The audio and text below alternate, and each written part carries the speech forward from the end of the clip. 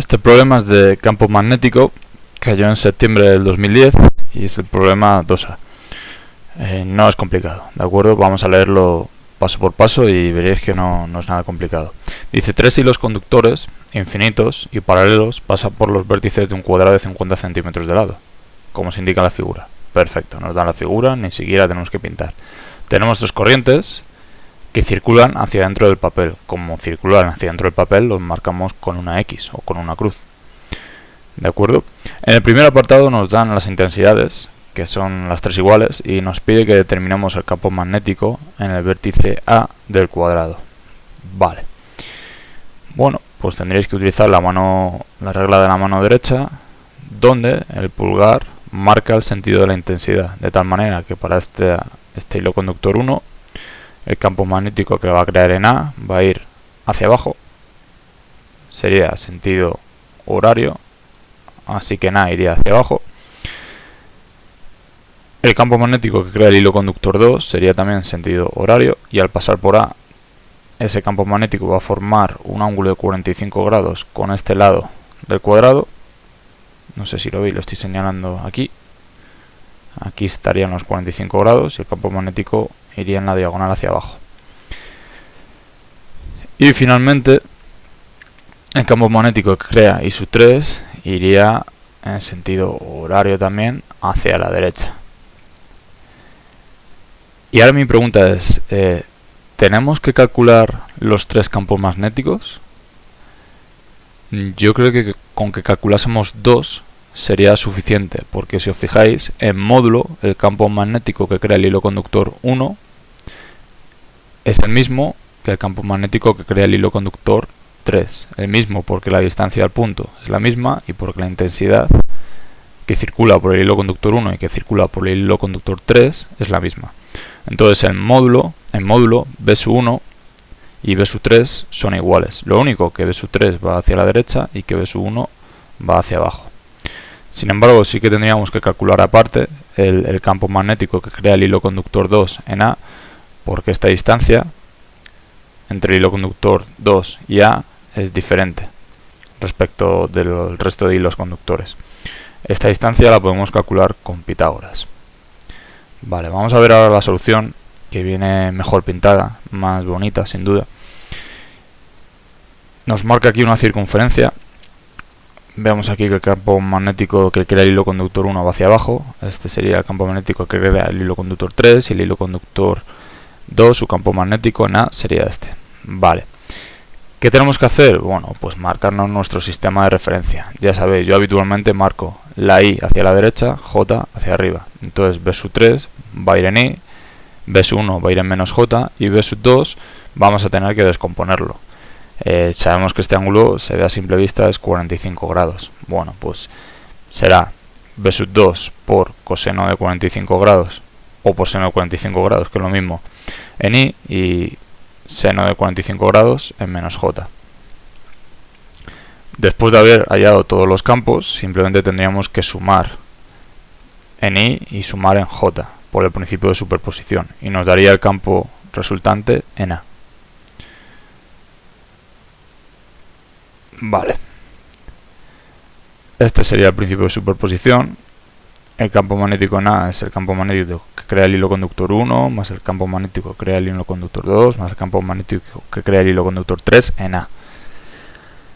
Ahora, el sentido de los vectores lo podemos ver con el dibujo, y la fórmula que tenemos que utilizar es mu sub 0 por I partido por 2pi, la distancia entre el punto y el hilo conductor. Vale. Aquí empiezo a hacer una serie de cálculos con determinantes que yo me los ahorraría. Yo me fijaría en el dibujito que han hecho aquí y a partir de ahí empezaría a multiplicar por cosenos y senos para descomponer el campo magnético B2. Yo creo que sale más sencillo. En cualquier caso, sustituyendo el campo total, os tiene que salir positivo en I y negativo en J, y con estas cantidades.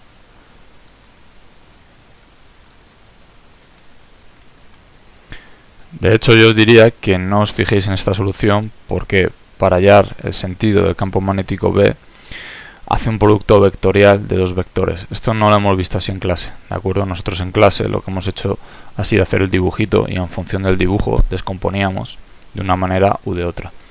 Hemos utilizado determinantes para hallar la fuerza magnética que se ejerce o que aparece sobre una partícula que tiene una determinada velocidad, una determinada carga y que está sumergida en un campo magnético.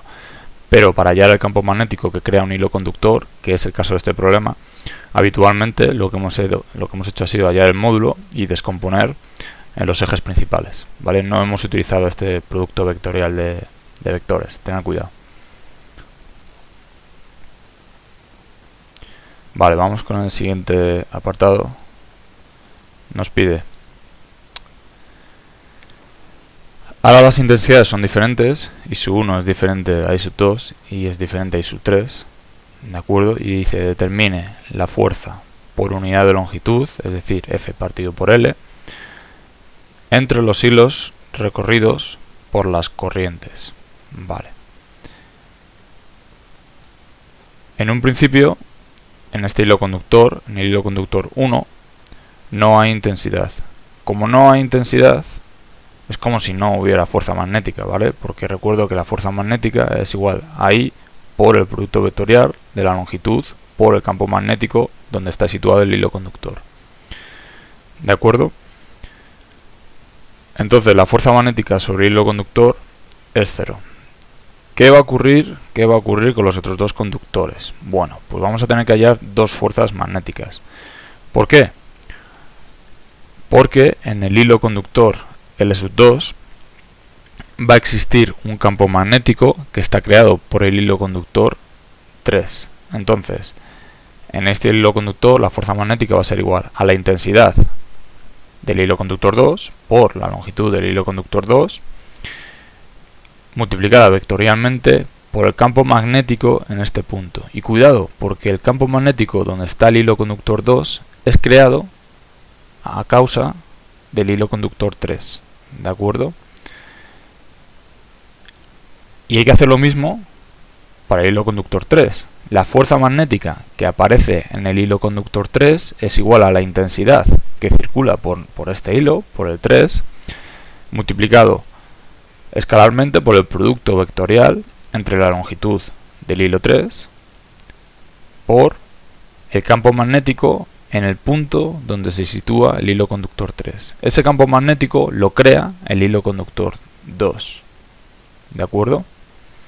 Y cuidado, porque ambas fuerzas magnéticas van a ser diferentes debido a que, a pesar de que la distancia entre ambos es la misma, las intensidades que circulan por cada hilo conductor son diferentes. ¿Vale? Como dato nos dan esta constante, mu sub 0. Vale. Dice, si I sub 1 es igual a 0, se trata de la fuerza por unidad de longitud entre los hilos conductores 2 y 3. ¿Vale? Nos olvidamos del hilo conductor 1.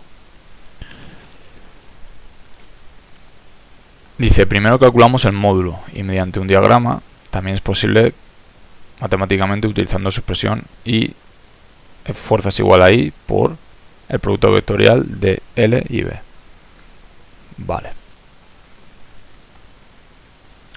Aquí utiliza una serie de fórmulas diferentes a las que hemos utilizado nosotros, pero esto es lo realmente importante, ¿no? La fuerza que crea el hilo conductor 2 sobre 3. Es decir, el campo magnético lo crea el hilo conductor 2, B sub 2, sobre 3, es decir, vamos a utilizar la intensidad I sub 3, L, no marca L sub 3 porque es infinito, entonces esta L se nos va a ir dividiendo aquí abajo y directamente aplica una fórmula. Nosotros esto lo hemos hecho con un determinante, donde L, teníamos que ver el sentido de L, el sentido de L sería, L sub 3 sería en menos K, si esto es X y esto es Y, L iría en menos K, y el campo magnético B sub 2, es decir, este campo magnético, aquí se les ha colado un 1, esto es B sub 2, iría en menos J, ¿vale? Esto es un 2, cuidado aquí que se les ha colado un 1 y esto es un 2. Este es el campo magnético que crea el hilo conductor 2, dónde está situado el hilo conductor 3, ¿vale? Nosotros en clase lo que hemos hecho ha sido un determinante, ¿vale? Pues simplemente hacéis el determinante, la componente L sub 3 la pasáis dividiendo debajo de la fuerza y ya tendríamos la fuerza magnética que se crea sobre el hilo conductor 3 debido al campo magnético que crea el hilo conductor 2. ¿De acuerdo? Os ha tenido que dar esto. Añade que las fuerzas son atractivas entre ambos hilos y que por simetría va a ser la misma fuerza, cambia de signo. Bueno, yo lo haría, yo lo comprobaría con el determinante, por si acaso. Haría el mismo proceso. Diría que la fuerza sobre el conductor 3, no sobre el conductor 2, debido al campo magnético 3, pues calcularía el determinante también, ¿no? Sabiendo que L sub 2 tendría sentido menos K, que B sub 3 tiene sentido en J, haría el determinante, la longitud L sub 2 la pasaría dividiendo y despejaría. Vale. En cualquier caso os tiene que dar menos 2 por 10 elevado a menos 11 y 2 por 10 elevado a 11. Esta fórmula que aparece aquí, la fuerza partido por longitud, aparece en el libro, ¿de acuerdo?